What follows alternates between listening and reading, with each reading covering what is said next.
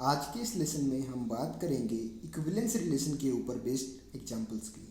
तो दोस्तों अब अगर हम बात करें यहाँ पे इस एग्जांपल की, तो यहाँ पे हम लोग देख सकते हैं कि हमें बोला गया है कि prove that the relation are such that n cross n से n cross n such that a comma b related to c comma d implies a plus d equals to b plus c for all values of a b c d belongs to n cross n is an equivalence relation। तो दोस्तों हमें यहाँ पे दिया गया है एक relation जो कि ए बी और सी डी को रिलेट करता है आपस में। रिलेट किस हिसाब से करता है? A B related to C D का मतलब होता है ए प्लस डी बराबर बी प्लस सी। तो अब हमें बताना है कि ये रिलेशन इक्विवेलेंस रिलेशन होगा। तो दोस्तों आपको याद होगा तो इक्विवेलेंस रिलेशन वो रिलेशन होता है जो कि रिफ्लेक्सिव भी होता है, सिमेट्रिक भी होता है और होता है ट्रांजिटिव भी।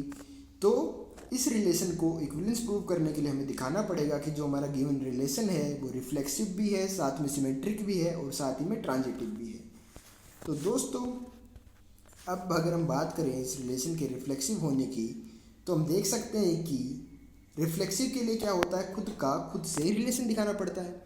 अब यहाँ पे A B related to C D था, तो हमें रिफ्लेक्सिव प्रूव करने के लिए क्या करना होगा कि सी डी को हम रिप्लेस कर देंगे ए बी से, मतलब A comma B related to A comma B दिखाना पड़ेगा। तो दोस्तों जैसे ही हम सी कोमा डी की जगह ए कोमा बी कर देंगे तो आप लोग देख सकते हो कि जो हमारा रिलेशन है वो क्या बन जाएगा, A plus B equals to B plus A, क्योंकि A B comma C D क्या था, A plus D equals to B plus C. तो वहाँ पे डी की जगह बी आ जाएगा और सी की जगह ए आ जाएगा। तो हमारे पास देख सकते हैं कि जो लेफ्ट हैंड साइड में आया वो आया A plus B, right hand side में भी आया बी प्लस ए।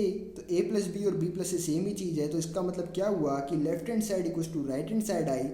तो हम देख सकते हैं कि जो ए कोमा बी था हमारा वो रिलेट कर रहा है ए कोमा बी से। तो इसका मतलब क्या हुआ कि खुद से रिलेशन आ गया है। इसका मतलब क्या हुआ कि जो हमारा रिलेशन है वो क्या है, रिफ्लेक्सिव है।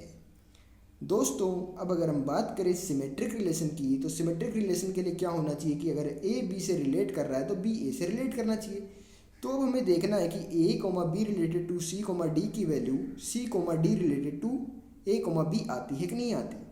ठीक, तो दोस्तों A comma B related to C comma D क्या, तो हमारे पास जो अकॉर्डिंग टू क्वेश्चन हमारे पास रिलेशन क्या आती है, A plus D equals to B plus C, यही चीज़ आती है। ठीक, और अब अगर हम देखें तो A plus D equals to B plus C हमारे पास, तो इससे हम देख सकते हैं कि B plus C equals to A plus D, ये तो सेम ही चीज़ है ना, ये तो सेम ही चीज़ है।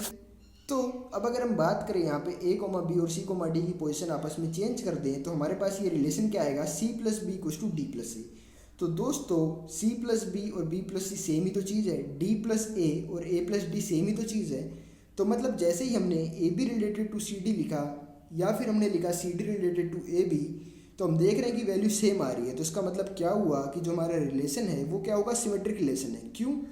क्योंकि A B related to C D की वैल्यू भी वही आ रही है और C D related to A B की वैल्यू भी वही आ रही है। तो इसका मतलब क्या हुआ कि जो हमारा रिलेशन है आर वो एक सिमेट्रिक रिलेशन है।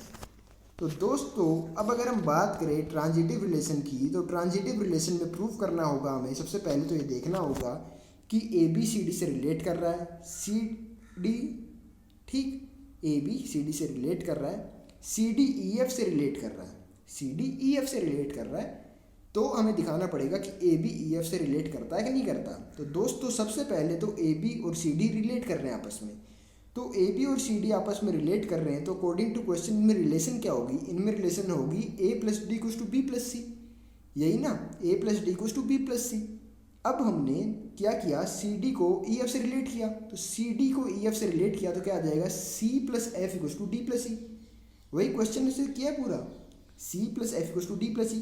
क्योंकि आप लोग देख सकते हो कि जब ए बी था यहाँ पे सी डी था, तो इसका मतलब क्या हुआ, ए और फिर इसमें कोमा के बाद जो दूसरा वाला अक्षर है उसको हमने ऐड किया है और फिर यहाँ पे बी प्लस सी। तो उसी फंडे को यूज करके सी डी और ई एफ में रिलेशन लगाया तो हमें मिला C plus F equals to D plus E. अब दोस्तों हमने किया क्या, ये जो दो रिलेशंस आई हमारे पास फर्स्ट और सेकंड, इनको हमने आपस में ऐड कर दिया। तो जैसे ही हमने इसको ऐड किया तो हमें मिला A plus D plus C plus F equals to B plus C plus D plus E. तो इसमें से आप लोग देख सकते हो कि सी और डी दोनों साइड हैं तो ये आपस में क्या हो जाएंगे, कैंसिल, सॉरी सी और डी। ठीक, ये आपस में हो जाएंगे कैंसिल। तो फाइनली हम देख सकते हैं कि हमें क्या मिल रहा है, हमें मिल रहा है a plus F equals to B plus E.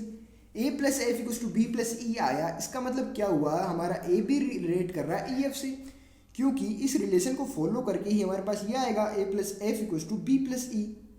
तो इसका मतलब ये हुआ कि जो हमारा रिलेशन है आर वो क्या होगा, ट्रांजिटिव रिलेशन भी होगा। तो हमने देखा कि हमने सिमेट्रिक से हमने रिफ्लेक्सिव से शुरुआत की थी कि रिफ्लेक्सिव है हमारा रिलेशन, उसके बाद हमने देखा कि सिमेट्रिक भी है, और उसके बाद हम देख पा रहे हैं कि ये ट्रांजिटिव भी है। तो दोस्तों इक्विवेलेंस रिलेशन की जितनी भी कंडीशन है वो ये हमारा क्वेश्चन या रिलेशन फॉलो कर रहा है। तो इसका मतलब क्या हुआ कि जो हमारा गिवन रिलेशन है वो एक इक्विवेलेंस रिलेशन है। तो दोस्तों इसी टाइप से हम इक्विवेलेंस रिलेशन के सारे क्वेश्चन सोल्व कर सकते हैं। तो मैं उम्मीद करता हूँ कि आपको ये लेसन समझ में आ गया।